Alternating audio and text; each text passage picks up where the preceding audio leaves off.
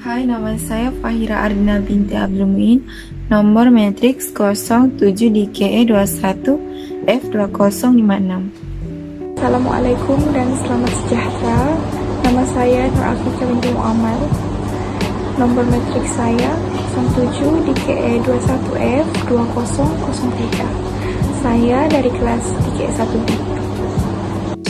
Hai, nama saya Abelia Libaridot dan nomor matriks saya 07 DKE 21F2066. Salam sejahtera, saya Krisanti Erika Elbert, nomor matrik 07 DKE 21F2062 dari kelas DKE 1B. Saya akan memberi pengenalan tentang peristiwa 13 Mei ini. Peristiwa 13 Mei ini berlaku pada tahun 1969, iaitu berlakunya insiden rusuhan kaum dan juga merupakan kemuncak masalah perpaduan di Malaysia. Tragedi ini telah merenggut nyawa serta harta benda dan mempunyai kaitan rapat dengan pilihan raya 10 Mei 1969. Pilihan raya 10 Mei 1969 ini merupakan satu titik hitam dalam sejarah negara Malaysia. Punca-punca sensitif telah dibangkitkan pada waktu itu yang telah menyebabkan peristiwa 13 Mei 1969 ini.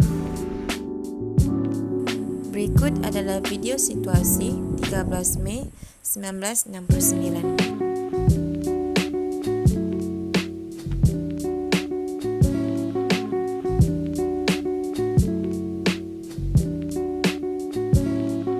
Punca-punca dan pengajaran. Punca pertama yang saya akan jelaskan ialah bahasa Melayu sebagai bahasa rasmi negara. Isu penggunaan bahasa Melayu sebagai bahasa rasmi negara ini telah menjadi salah satu faktor peristiwa 13 Mei. Pengisytiharan kemerdekaan Tanah Melayu 1957, sebuah perlembagaan telah menyatakan bahawa bahasa Inggeris dan bahasa Melayu sebagai bahasa rasmi negara. Selepas 10 tahun kemerdekaan, hanya bahasa Melayu yang diiktiraf sebagai bahasa rasmi negara. Untuk memperkuatkan lagi penggunaan bahasa Melayu ini, pada 31 Ogos 1957, kerajaan telah mengadakan beberapa kegiatan aktiviti untuk memperluaskan lagi penggunaan bahasa Melayu. Hari ini saya akan membahas berkenaan dasar pecah dan perintah penjajahan Inggris. Kejadian 13 Mei 1969 disebabkan oleh dasar pecah dan perintah yang diamalkan oleh British yang mengaitkannya dengan beberapa faktor. Dasar penjajah Inggris yang mengamalkan konsep pecah dan perintah merupakan satu tindakan yang berkesan dan telah menjadi punca wujudnya jurang antara kaum sama ada dari sudut ekonomi dan polarisasi kaum.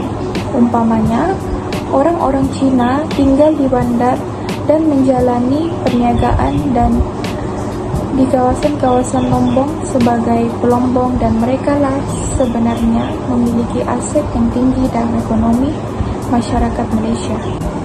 Sementara orang-orang Melayu tinggal di luar bandar sebagai petani atau nelayan kecil. Manakala kaum India kebanyakannya pula sebagai buruh kasar kerajaan dan bekerja di ladang. Pada hakikatnya, kegiatan ekonomi orang-orang Melayu dan India adalah bercorak sara diri. Keadaan ini menyebabkan kedudukan ekonomi masyarakat Bumiputra, khususnya Melayu, menjadi lemah dan ketinggalan. Corak penglibatan ekonomi antara kaum dalam kegiatan ekonomi yang berbeza telah menjadikan kedudukan sosio-ekonomi mereka tidak seimbang. Dasar ini dilakukan oleh British untuk mengelakkan perpaduan antara pelbagai kaum yang dikhawatiri akan mengancam kedudukan mereka. Di negara ini menjadi terbatas. Di sisi penjajah, keadaan seumpama ini amat baik baginya untuk mengukuhkan kedudukannya serta mengekalkan kuasa mereka. Suasana yang tidak seimbang ini telah berlanjutan sekalipun negara telah mencapai kemerdekaan. Bahkan, suasana sosio-ekonomi yang tidak seimbang itu semakin melebar akibat daripada penekanan yang berlebihan terhadap pertumbuhan ekonomi tanpa menghiraukan ketidakseimbangan sosioekonomi. Perkembangan rumit yang melibatkan kelas dan kaum ini akhirnya telah membawa kepada meletusnya peristiwa 13 Mei 1969. Kerajaan yang sedar akan keresahan dan perasaan tidak puas hati yang berlaku antara kaum tidak seharusnya dibiarkan.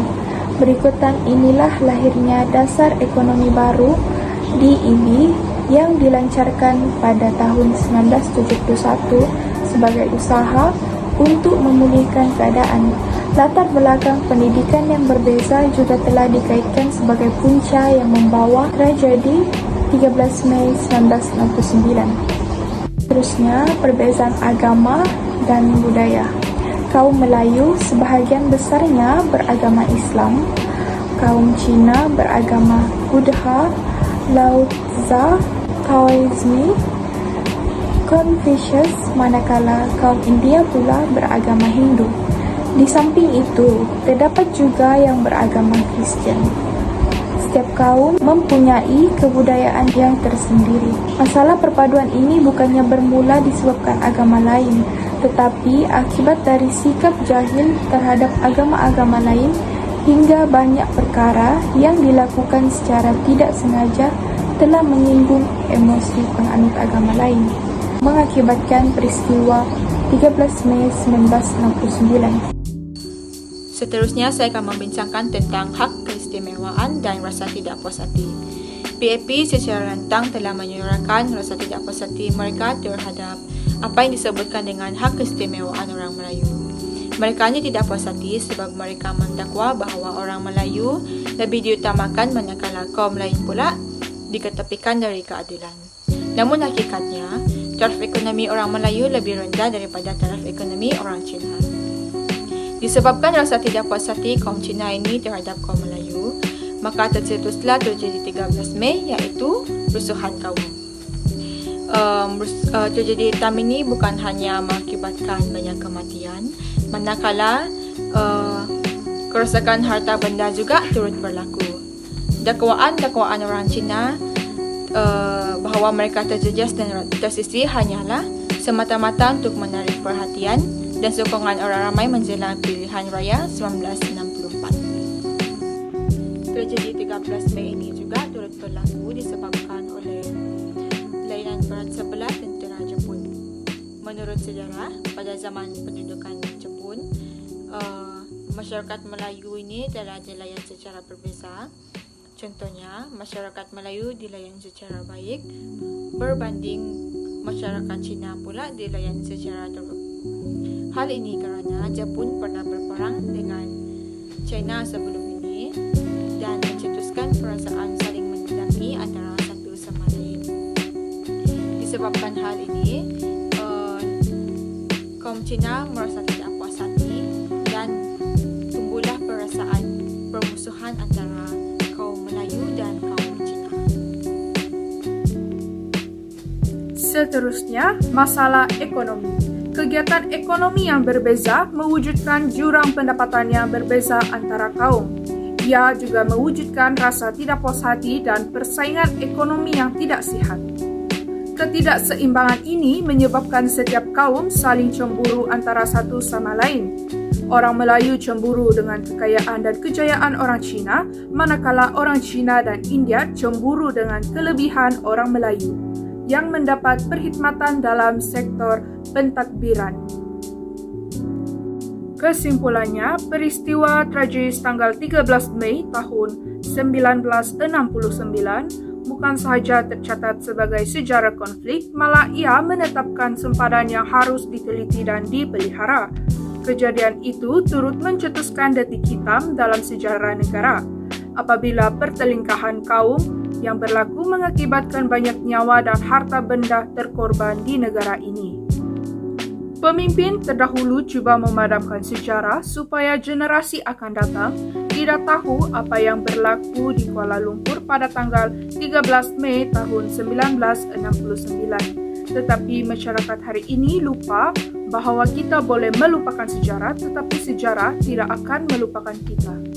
Hari ini, kita seolah-olah tidak mengendahkan hubungan antara kaum. Berbagai kaum menyalahkan satu sama lain, menfitnah antara satu sama lain, malah pertelingkahan kaum telah timbul. Cuma riak itu belum bertukar menjadi gelombang. Mungkin sudah tiba masanya kita menyambut setiap kali 13 Mei dengan satu acara yang membolehkan seluruh rakyat negara ini mengingatinya dengan harapan mereka tidak melakukan perkara-perkara yang boleh mengulangkan peristiwa hitam itu. Tanggal 13 Mei merupakan satu pengalaman dan pengajarannya tidak dapat kita semua lupakan buat selama-lamanya. Kita seharusnya bangga dengan apa yang telah kita capai. Dengan semangat perpaduan dan keharmonian serta kerjasama dan rasa muhibah, maka kita telah mengatasi segala kesulitan untuk mencapai kemajuan dan kemakmuran yang tidak ada tolok bandingannya.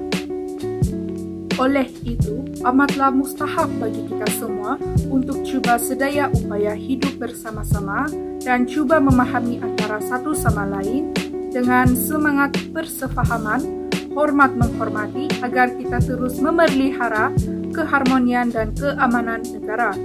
Peribahasa ada menyatakan, bersatu kita teguh, bercerai kita roboh.